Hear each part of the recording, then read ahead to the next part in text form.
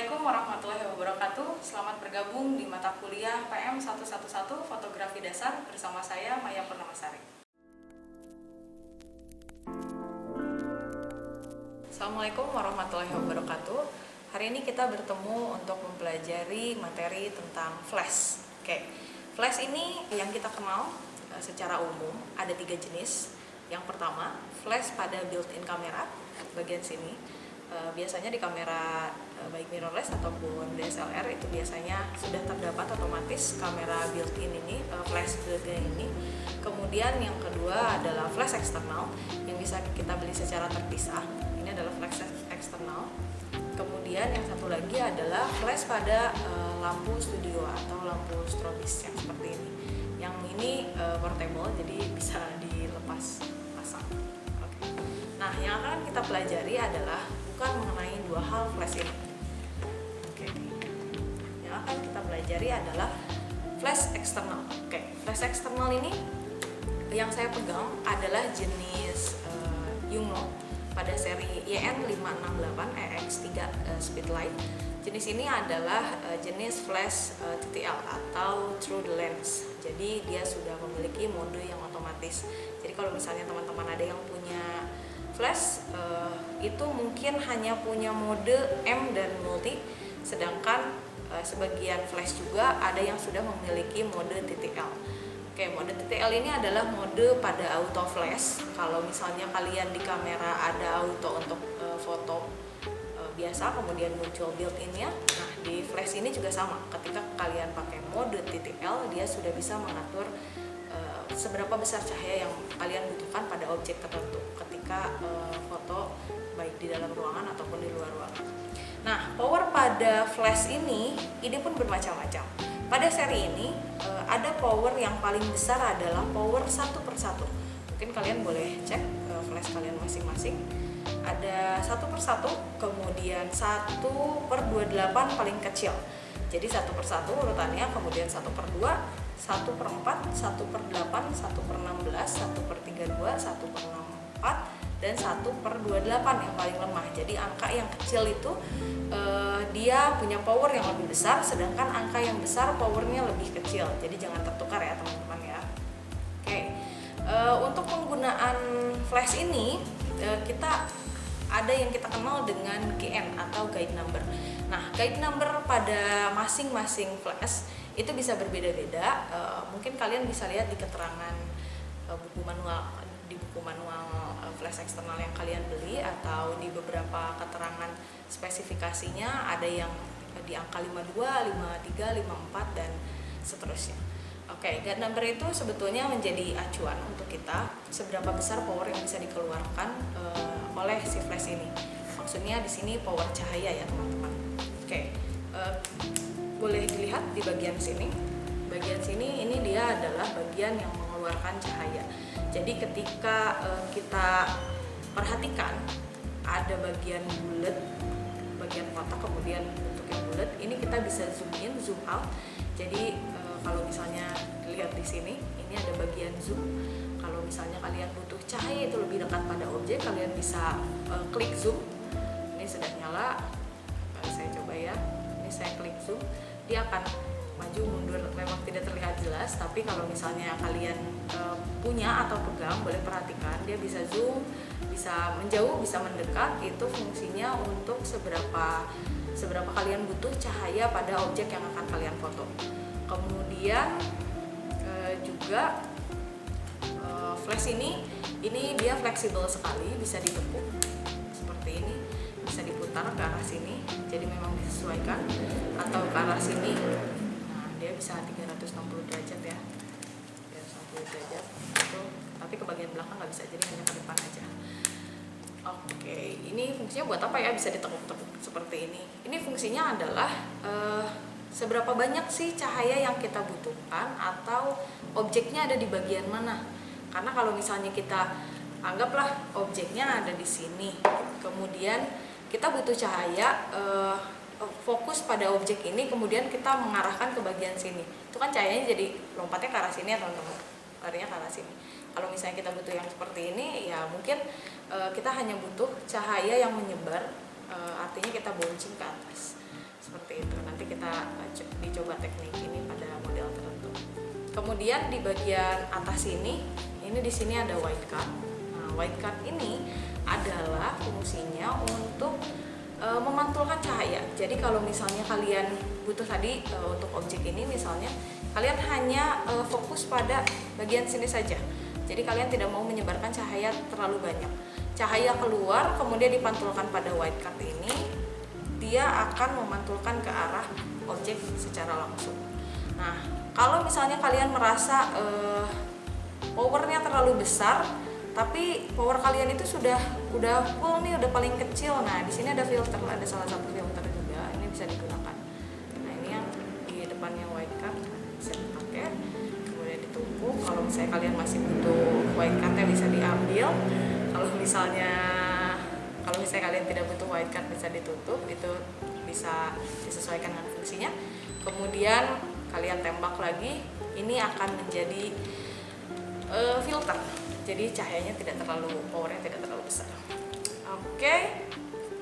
Kemudian ada beberapa orang yang bilang kalau misalnya flash ini hanya digunakan untuk tempat-tempat yang gelap saja. Ternyata tidak, teman-teman, karena flash ini bisa digunakan di berbagai keperluan, mau siang hari ataupun malam hari itu bisa digunakan, tergantung dengan objek yang kita inginkan atau yang kita butuhkan. Nah, kalau misalnya yang biasa kita gunakan itu adalah teknik bouncing. Nanti kita praktek teknik bouncing itu seperti apa. Kalau secara teori, teknik bouncing itu memantulkan cahaya ke satu benda yang nanti cahayanya itu akan menyebar merata, mungkin ke atas gini ya. Kalau misalnya, cuman yang harus diingat ketika kalian pakai teknik bouncing ini, perhatikan misalnya bouncing ke bagian atas, perhatikan plafon bagian atas itu berwarna apa. Kalau misalnya berwarna putih, dia akan memantulkan warna putih. Tapi kalau misalnya plafon di atas rumah warna merah misalnya ya, saya kan nggak tahu rumah kalian warna apa catnya. Kalau misalnya warna merah, yang ada nanti turun cahayanya juga akan warna merah. Atau ketika kalian pantulkan ke arah cermin, dia akan jauh lebih punya cahaya yang lebih banyak. Kalau misalnya pantulannya ke abu-abu, dia juga akan menjadi warna abu-abu. Jadi ada ambience yang muncul kalau misalnya memantulkannya ke warna-warna tertentu. Oke, seperti itu. Kemudian ada satu lagi yang bisa dimaksimalkan di flash eksternal ini. Kalau misalnya nanti ya sebetulnya materi ini ketemu di fotografi aplikatif, kalian bisa freezing, bisa menghentikan gerakan secara cepat ketimbang dengan menggunakan lampu studio ini atau lampu strobis. Jadi hitungan kecepatan untuk menghentikan gerakan itu jauh lebih cepat di flash eksternal. Kalau misalnya nanti ketemu dengan materi flash, water flash atau sejenisnya, dia bisa menghentikan waktu lebih cepat, sehingga kita membutuhkan flash eksternal ini. Kemudian ada satu lagi, kalau misalnya kita menggunakan mode multi, nanti kita coba ya. Mode multi itu bisa membuat gerakan lebih banyak. Jadi kalau misalnya kalian ketemu ada foto yang seperti dia anggaplah ya misalnya pulpen ini dia berputar, pulpennya ada beberapa, misalnya jadi 10 ngederet, itu bisa menggunakan flash eksternal ini menggunakan multi. Kalau misalnya multi di sini nanti kalian lihat ada berapa hertz, jadi bisa diatur 10, 25, jadi bisa ada berapa gerakan yang bisa keluar. Nanti kita coba juga ya sama model yang ada. Segitu mungkin untuk materi flash, semoga bisa kalian pahami. Kalau misalnya ada yang tidak kalian pahami dan ingin kalian tanyakan, boleh tulis di kolom komentar. Terima kasih. Oke, sekarang kita coba praktek foto menggunakan flash dengan model yang cantik ini. Kita coba dengan teknik bouncing ke atas, kemudian saya coba roulette. Nah, biasanya teknik bouncing ini yang paling standar digunakan kalau misalnya kalian mau foto pas foto nih. Mau foto pas foto butuh cahaya, terus cahayanya bisa natural, kemudian merata. Itu biasanya salah satunya dengan teknik bouncing ini. Kita coba ya. Ini kalau misalnya saya posisinya begini, biarkan dia ke atas. Tapi kalau misalnya kita mau posisi potret, lampu jangan diarahkan tetap ke sini, tapi kita putar terus naikkan ke atas supaya bouncingnya ini tetap memantulnya ke arah atas, ke arah plafon atas. Dan kita coba. Oke.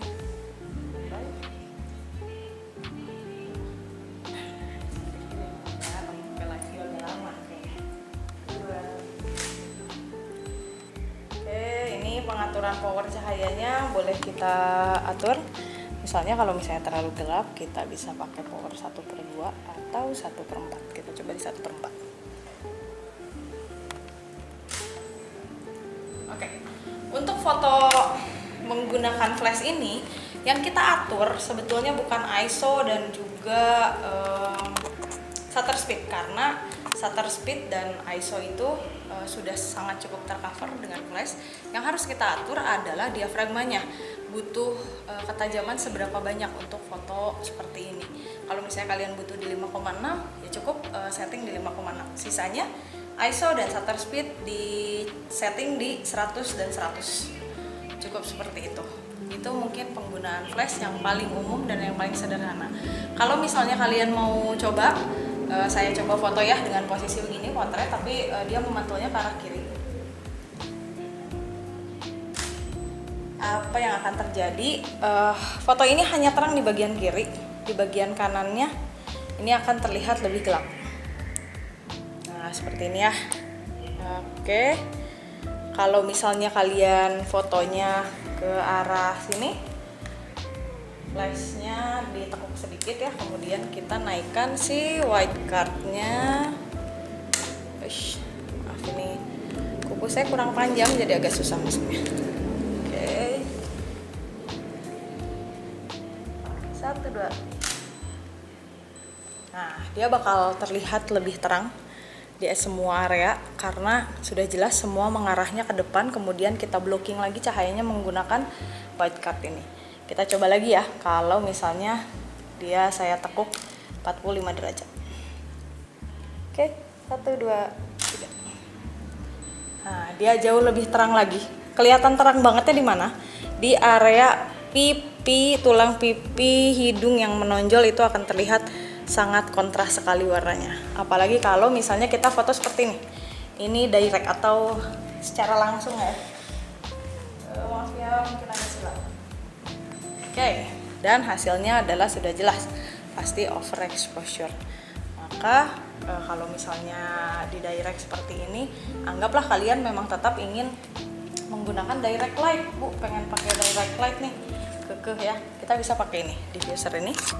Oke, untuk lebih mengurangi cahaya, kemudian power cahayanya kita kurangi mungkin di 1/64 dulu, kita coba ya. 1/64. Oke, 1, 2. Nah, kan jadinya gelap kan? Beda banget dengan tadi. Atau enggak kalau misalnya anggaplah kita pakai 16. 1, 2. Yep. Jadi cahayanya tetap tidak merata. Kenapa? Karena kalau misalnya tadi teknik boncing tadi, dia seolah-olah naik ke atas, mantul ke warna putih, kemudian dia menyebar ke seluruh bagian ruangan atau ke dekat si model ini, sehingga warnanya jauh lebih netral, lebih merata, dan juga lebih enak untuk dilihat gitu. Sekian mungkin untuk praktek menggunakan flash ini. Semoga kalian bisa praktek juga di rumah atau nanti kita bisa ketemu di laboratorium. Kalau misalnya ada yang masih tidak paham atau belum mengerti, boleh kalian tanyakan, tulis di kolom komentar ini. Terima kasih, sampai ketemu di materi selanjutnya. Assalamualaikum warahmatullahi wabarakatuh.